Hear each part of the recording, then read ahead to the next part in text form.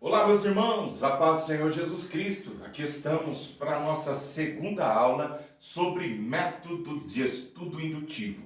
Na primeira aula, você que está acompanhando essa sequência de estudo, nós falamos sobre a observação, tá certo? Hoje nós vamos falar então aí da interpretação, tá certo? Então você que ainda não viu o primeiro vídeo, procure aí no nosso canal o primeiro vídeo e depois siga essa ordem aí, a observação, e agora nós vamos falar então da interpretação. Nós explicamos que o método de estudo indutivo, ele é um método de estudo investigativo, tá certo? E nós iniciamos então com a observação. Agora nós vamos para o segundo passo. Então anote aí, segundo passo.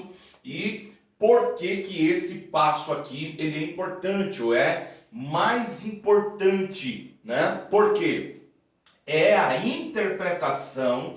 Aqui você procura a resposta para a pergunta: o que isso significa, tá certo? Olha só, na observação, o que isso quer dizer. E agora, nós vamos interpretar e precisamos buscar o que significa. Então, esse passo é importante porque aí é na interpretação que você vai procurar responder aí esta pergunta: o que isso significa? Nesse passo, a pergunta que tenho que responder não é o que isso significa para mim. Olha, isso é muito importante. Você precisa entender, né, que nesse momento da interpretação, o que nós estamos perguntando, que é o que significa, o que isso significa não para mim. Quando você está diante de um texto e você faz a pergunta, o que isso significa, é para o autor, o escritor, a pessoa que está ali dentro daquele texto falando, né? Está ali explicando, conversando, dialogando dentro daquele texto. Então, nós estamos preocupados com o que ele, né? No caso, o autor, o escritor, ele o que isso significa para ele. Nesse momento, eu entro dentro do texto com o objetivo do quê? Quando você pergunta o que isso significa, repetindo, não é o que eu acho, não é o que significa para mim, mas é o que significa para o autor. E aí, é nesse momento que eu tenho, como um estudante da palavra, o objetivo de penetrar dentro do texto.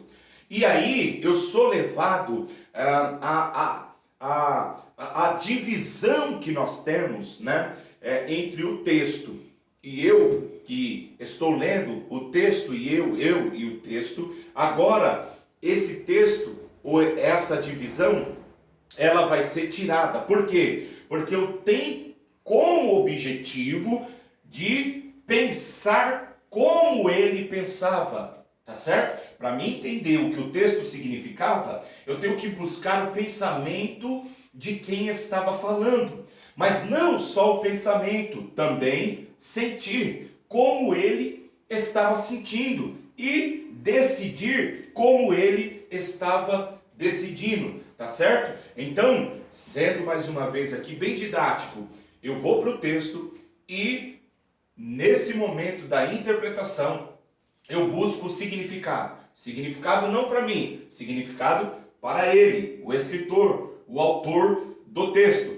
E eu tenho o objetivo de pensar, sentir e decidir como ele. Assim, eu tiro essa lacuna que há entre eu e o autor, tá certo? E a chave para isso, para essa interpretação ou para esse objetivo, é essas 4 chaves aqui que você precisa ter. Primeiro, conteúdo, conhecer o conteúdo. Segundo, conhecer o contexto. Terceiro, comparação. Quarto, cultura. Através dessas 4 chaves aqui, eu vou fazer um vídeo para cada uma dessas chaves, depois explicando cada uma. Nós vamos chamar, ou é chamado, de leis lógicas. O que são as leis lógicas? As leis lógicas na interpretação de um texto é quando você busca interpretar para saber o significado do texto. Para saber o significado do texto, você precisa saber o conteúdo, você precisa conhecer o contexto, você precisa fazer comparação e você precisa estar ciente da cultura para que você sinta, como nós já falamos,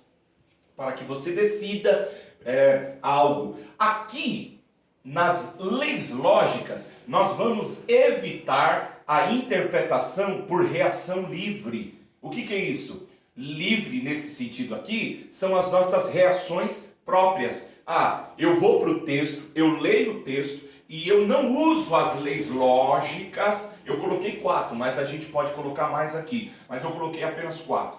Essas leis lógicas, ela vai fazer com que eu evite o erro de ir para o texto e dizer mais ou menos assim: eu acho que isso quer dizer isso. Eu penso assim, para mim, eu estou sentindo que esse texto quer dizer isso. Não. As leis lógicas evitam de nós estarmos interpretando com reação livre. Você não vai para o texto livre, tá certo? Nós precisamos entender que a palavra de Deus, ela é inspirada pelo Espírito Santo. Logo, nós precisamos entender que há então um objetivo aí em Deus, em comunicar para nós as tuas verdades. Não está ali jogada simplesmente por estar, não está ali colocada simplesmente por estar, mas existe um propósito aí nas Escrituras, existe um objetivo, né? Então o seu autor, ele tem uma intenção, e esse autor, ele foi inspirado pelo Espírito Santo. É aí que nós precisamos então de levar a sério essa parte da interpretação, porque senão nós corremos o risco de interpretar o texto com uma reação livre, tá certo? E nessa reação livre, então eu reajo ao texto ou interpreto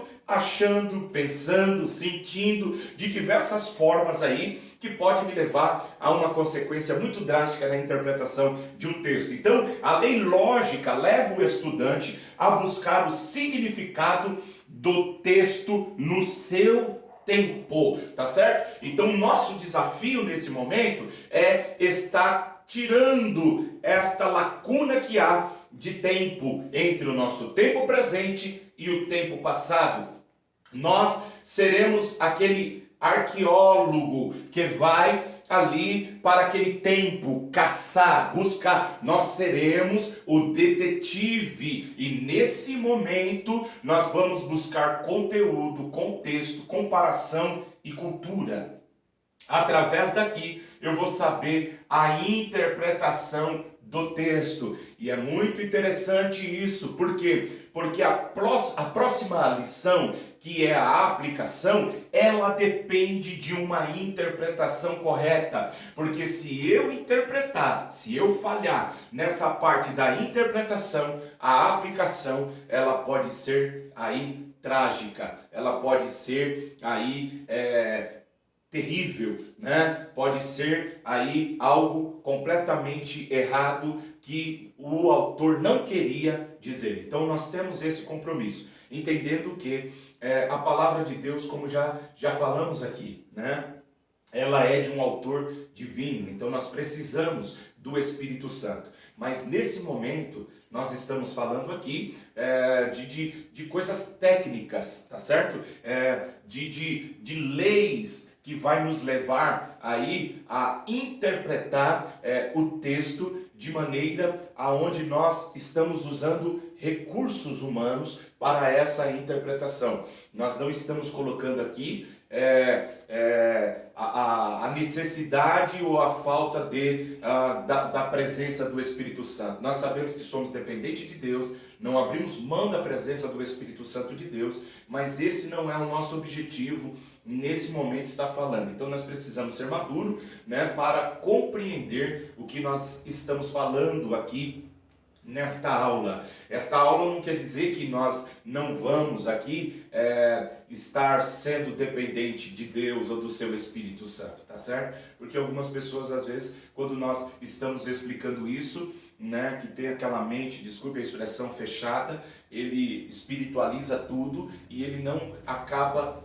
aproveitando os recursos a qual nós temos para a interpretação, e nós veremos que o próprio Deus, né, que também nos deixou esse caminho para uma interpretação correta. Então, no próximo vídeo eu vou falar da aplicação, mas eu quero voltar de maneira detalhada explicando cada um desses pontos aqui, tá certo? Então nós vamos fazer aí mais alguns vídeos explicando essas chaves para você saber o que são essas leis lógicas, o que é o conteúdo, né? Como que eu entendo o conteúdo? Como que é o contexto? Como que eu faço a leitura para me entender o contexto, né? O que é um contexto imediato?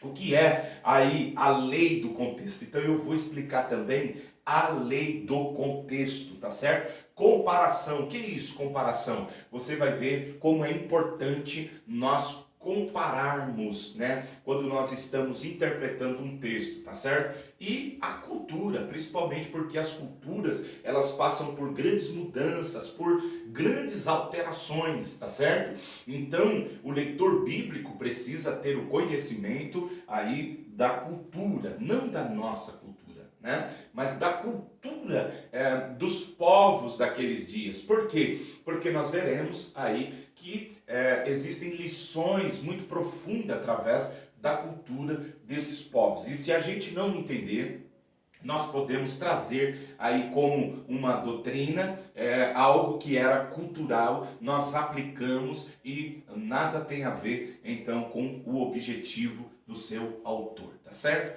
Então nós vamos ficar por aqui. Hoje nós estamos falando aí da interpretação, o segundo vídeo. Eu quero convidar você a continuar conosco, né? Você que está nos acompanhando, eu sou o pastor Anderson Costa. Esse aqui é um canal onde nós temos nos dedicado à palavra de Deus, a estudar o conteúdo desse canal. Ele é voltado aí para a palavra de Deus. Esse é o canal Estudando a Palavra. Eu sou pastor da Igreja Evangélica Assembleia de Deus, na cidade de Santo André, do Ministério de Madureira. Faço parte aí do campo de Miracatu, a qual a presidência é o meu querido e amado pastor José Fanes dos Santos. Eu quero convidar você para você estar compartilhando esse vídeo, deixando aí o seu like, né? E se inscrevendo também no canal. Nos ajude e vamos ajudar outras pessoas também a estar crescendo no conhecimento da palavra de Deus, tá certo? Fica aqui a minha gratidão a você que tem nos acompanhado. Que Deus abençoe.